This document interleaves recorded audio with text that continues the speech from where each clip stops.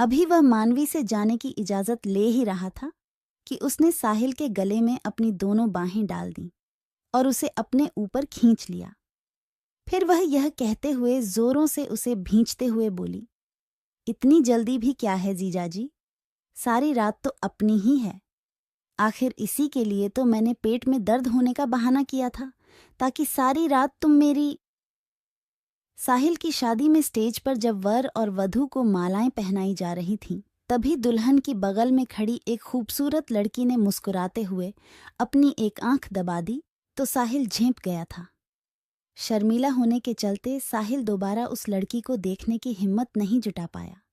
परंतु शादी के बाद जब विदाई का समय आया, तब वही लड़की चहलबाजी करते हुए बोली, मुझे अच्छी तरह से पहचान लीजिए जीजाजी, मैं हूं आपकी साली मानवी।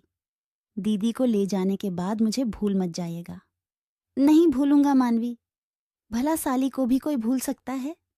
साहिल ने धीरे से मुस्कुराते हुए कहा। क्यों नहीं, जब घरवाली साथ में हो तो साली को कौन याद करता है? मानवी ने हंसते हुए कहा। मैं हूं ना तुम्हें याद करने वाला, अब फिक्र क्यों करती हो? कहते हुए साहिल अपनी बीवी सुरभि के साथ घर से बाहर निकल आया।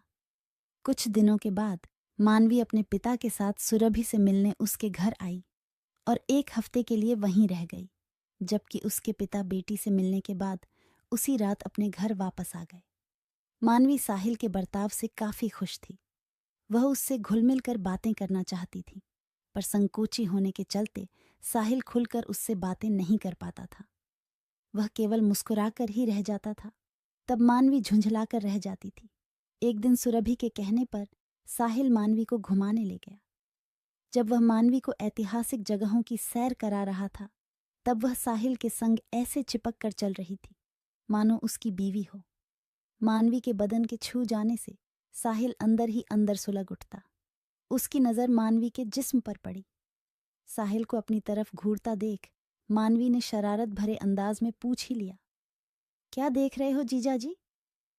यह सुनकर थोड़ा झिझकते हुए अमर बोला, तुम्हारे करंट मारने वाले जिस्म को देख रहा हूं मानवी, तुम बहुत खूबसूरत हो।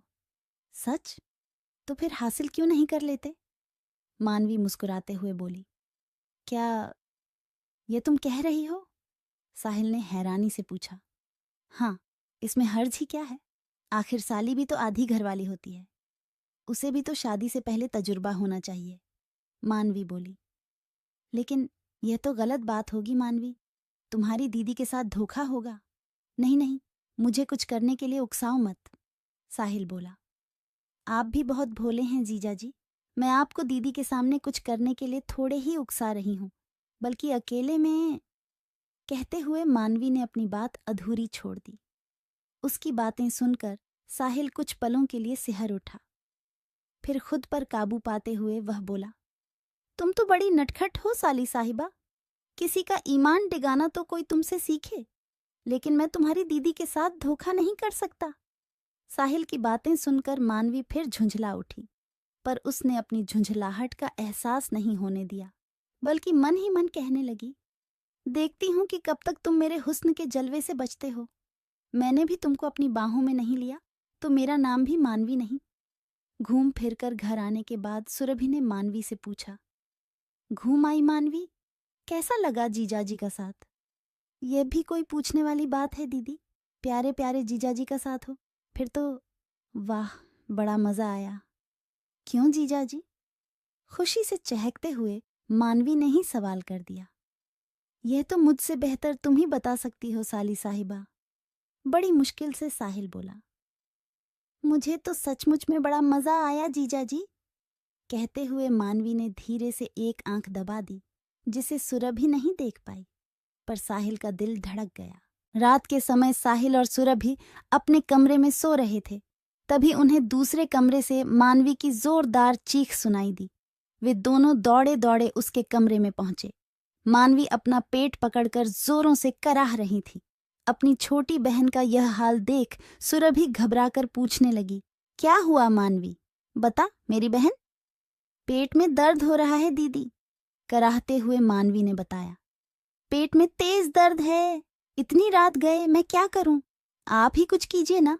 घबराती हुई सुरभि ने साहिल से कहा। घबराओ मत, मेरे पास पेट दर्द की दवा है, तुम अलमारी में से जल्दी दवा लेकर आओ, साहिल ने सुरभि से कहा। यह सुनकर सुरभि अपने कमरे में दौड़ी दौड़ी गई। तब साहिल ने मानवी से अपनापन दिखाते हुए पूछा, पेट में जोर से दर्द हो रहा है? हाँ जीजा जी, मानवी बोली।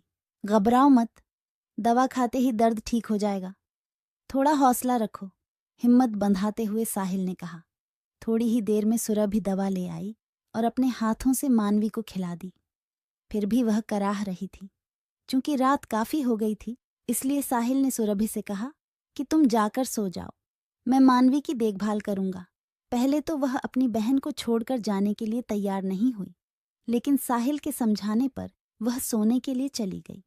काफी देर बाद मानवी ने कराहना बंद कर दिया, मानो उसे आराम मिल गया हो। तब साहिल ने सोचा कि उससे कहकर वह भी अपने कमरे में सोने के लिए चला जाए।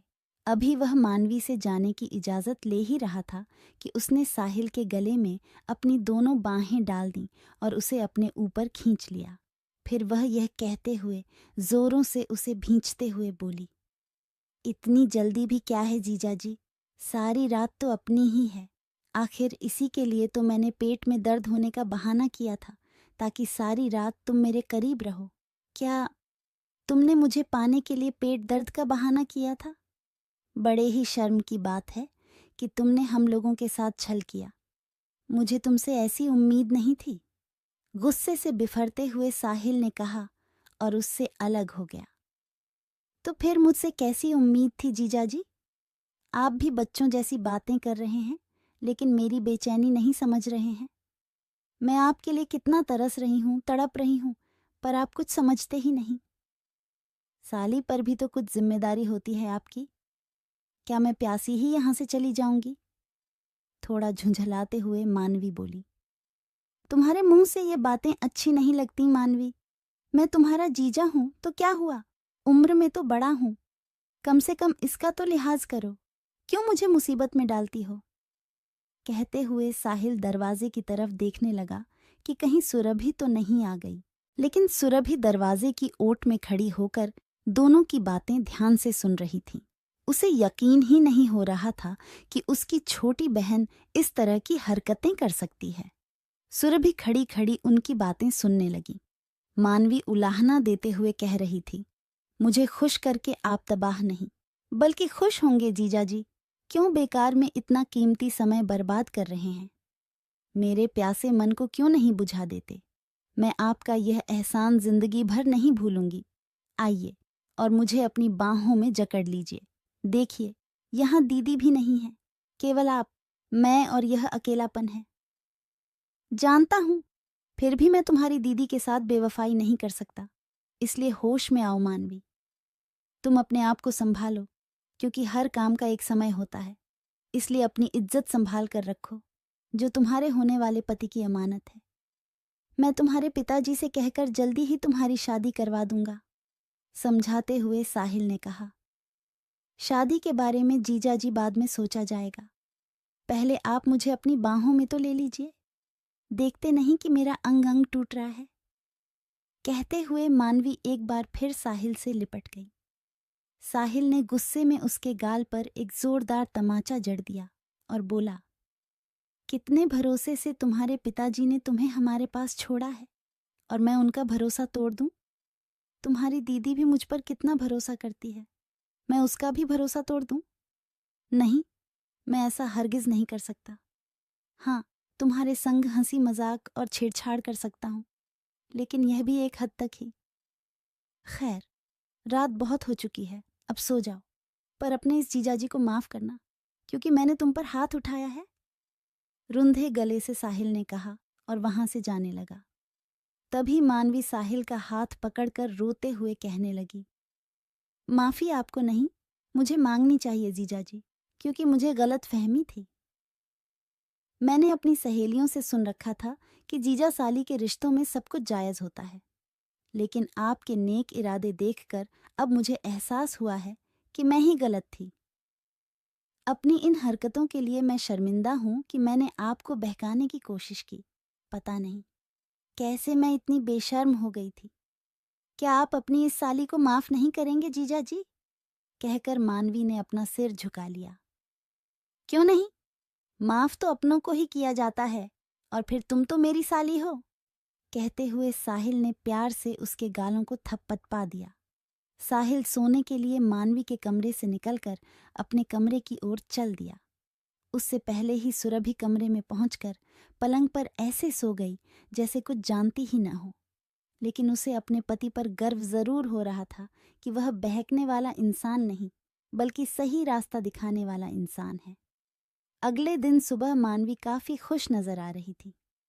उसने चहकते हुए सुरभि से कहा, दीदी, अब मैं घर जाना चाहती हूँ क्योंकि मेरी पढ़ाई का नुकसान हो रहा है। क्यों जीजा जी, मुझे पहुंचाएंगे ना घर? साहिल ने मुस्कुराते हुए कहा। हाँ हाँ, क्यों नहीं। जीजा अपनी साली की हर बात का ख्याल नहीं रखेगा तो और कौन रखेगा। मैं तुम्हें घर छोड़कर आऊंगा। उन दोनों की बातें सुनकर सुरभि सोचने लगी कि क्या यह वही कल वाली मानवी है या कोई और। तो दोस्तों, हर कोई साहिल की तरह तो नहीं होता, इसलिए हमें खुद अपने रिश्तों की पवित्रता को बनाए रखना है ताकि ये खराब ना हो। आपको ये कहानी कैसी लगी मुझे कमेंट में जल्दी से बताएं, और मन करे तो वीडियो को भी लाइक कर देना। वैसे कोई ज़बरदस्ती नहीं है। और मेरी तरफ से आप सभी दोस्तों को प्यार भरी गुड बाय।